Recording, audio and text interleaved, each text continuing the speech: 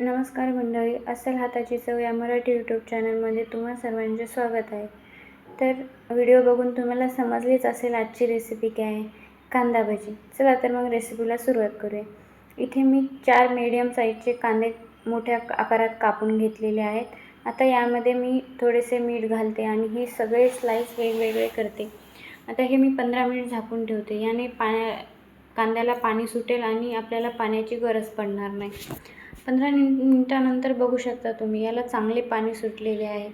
आता यामध्ये आपण मसाले घालून घेऊयात. 1 चम्मच लाल तिखट, थोडीशी हळद, थोडेसे मीठ, कारण की आपण अगोदरही मीठ वापरले आहे. तुम्ही चवीनुसारच मीठ घ्या.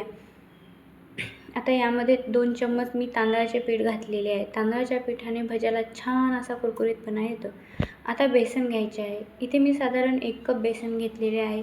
बेसन हे थोडे थोडे करत घाला, कारण की जे आपल्याला पाणी आहे त्याच पाण्यामध्ये करायचे आहे, वरचे पाणी घ्यायचे नाही, म्हणून तुम्ही थोडे थोडे घ्या.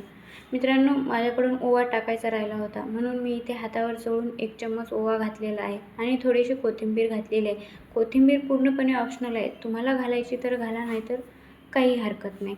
आता छान असे आपले बॅटर तयार झालेले आहे. आता लगेच तेल तापवायला ठेवायचे आणि तेलामध्ये हे भजी करायची. या भजीला कांदा भजी किंवा खेकडी भजी अशी म्हणतात. खेकड्या भजी म्हणतो म्हणून त्याचा आकारही खेकड्यासारखा आला पाहिजे. तर असे तेलामध्ये असे सुटसुटीत करून ही भजी सोडायची आहे, म्हणजे याला छान खेकड्यासारखा आकार येतो. मित्रांनो, आता उन्हाळा संपला आहे, तर आता पावसाळा चालू झाला आहे. पावसाळ्यामध्ये संध्याकाळी चहासोबत, दुपारी कधीही चहासोबत काहीतरी कुरकुरीत खायचे वाटते, तर ही भजी तुम्ही नक्की ट्राय करा.